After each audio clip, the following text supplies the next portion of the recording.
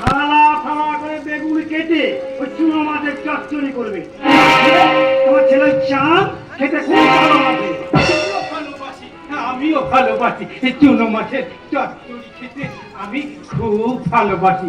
বড় মা, ও বড় মা, আমি আর চাঁদ দু ভাই যখন একসাথে খেতে বসবো, তুমি আমাদের অনেকখানি চুনো মাছের চচ্চড়ি দেবে? না, আজ থেকে আমার নাতি তোর সঙ্গে একসঙ্গে খেতে বসবে না।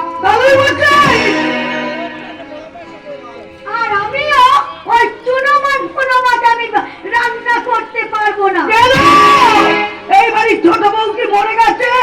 মরে যায়নি তো? তাই হ্যাঁ বাবা, হ্যাঁ তাই আমার বাবার ঘরে এলো এই চুনো মাছের তলিটা। তারপরে বাড়ি গিয়ে বড় বড় করে বেগুন কেটে এই চুনো মাছের চচ্চড়ি আমি রান্না করবো। তারপরে বাপেদের দুই ভাইকে, ছেলেদের দুই ভাইকে আমি পাশাপাশি বসে খেতে দেবো। দেখবো এই ছোট বড়ের কাছে কে বাধা দেয়। দেখবো দেখবো।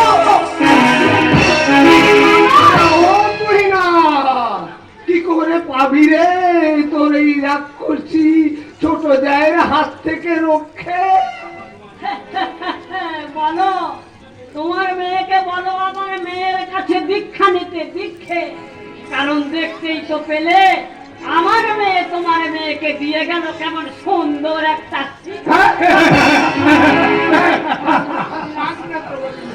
দাদু দাদু দাদু, তোর দাদু হবো আমি।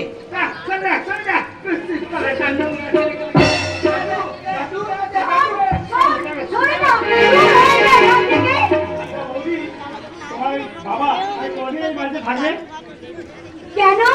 তোমার গিন্নির বাবা যতদিন এ বাড়িতে থাকবে ততদিন আমার বাবা এই বাড়িতে থাকবে। বড় মা, ও বড় মা, বলো না বড় মা, তুমি আমাকে ঘেন্না না করে নিজের ছেলের মতো ভালোবাসবে। ভালোবাসবো? তোকে ভালোবাসবো আমি? আরে তুই কি আমার নিজের ছেলে না আমি তোর নিজের মা? দূর দূর, চলে যা চলে যা, আমার কাছে আসিস না। দূর হয়ে যা, দূর হয়ে যা।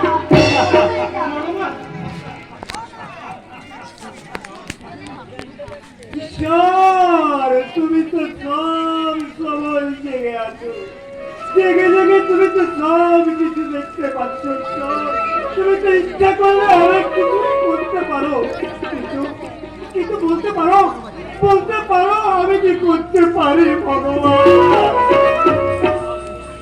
বাবা, তুমি কি জানো বাবা ভগবান কোথায় থাকে? আমি আমি ওই ভগবানকে জিজ্ঞাসা করবো। বলো বলো ভগবান, বলো, জবাব দাও, তুমি জবাব দাও। আমি জন্য ভগবান বলছি, শিখতে পারবো না দুর্গা নাকি সমাজের কোন একজন জল একদিন নিচের আগুনে নিজেই পুড়ে ছাই হয়ে যাব। আমি আমাকে কেন কেন এই পৃথিবীতে এমন তার উপরে পাঠিয়েছ? মানে বাবা, যে বড় মা আমাকে দু চোখে দেখতে পারে না, বড় মা আমাকে ঘেন্না করে মুখটা ফিরিয়ে নেয়, বড় মাকে দেখে আমার এই বুকের ভেতরটা এমন মুছিয়ে উঠে কেন? মানে কেমন মায়া লাগে কেন? আমার নিজের মায়ের যে মনে হয় কেন? মানে কেন এমন হয় গো বলো?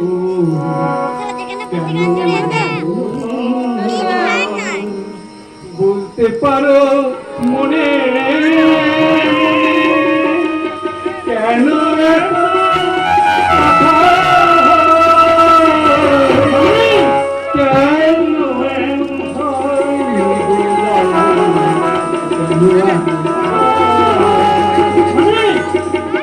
তোমার সৃষ্টি হয় গো যদি সুন্দর হয় তবে তার অভিশাপে অভাগা জীবন প্রদীপ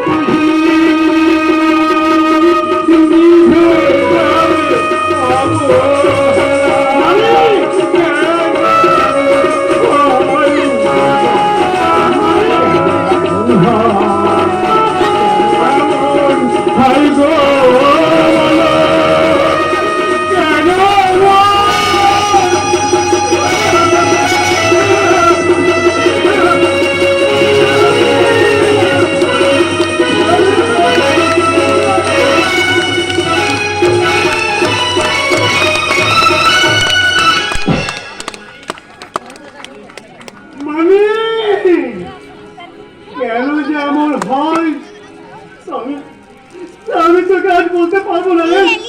সবাই তোকে আমি একদিন ঠিকই বলবো, কিন্তু কিন্তু এখন আমাকে দাদার কাছে যেতে হবে, জানতে হবে চাঁদ আর শিউলি পাকা চৌধুরীকে অপমান করেছিল কেন। যদি দেখি ছেলে মেয়ে দুটো অপরাধী, তাহলে আমি নিশ্চয় নিজের হাতে ওদের শাসন করব। আর যদি দেখি পাকা চৌধুরী অপরাধী, তাহলে 25 বছর পর গায়ে ফেরাতে এই শহরে শয়তান পাকা চৌধুরীর সঙ্গে আমার কাল সকালেই দেখা হবে, দেখা হবেই হবে, দেখা হবে।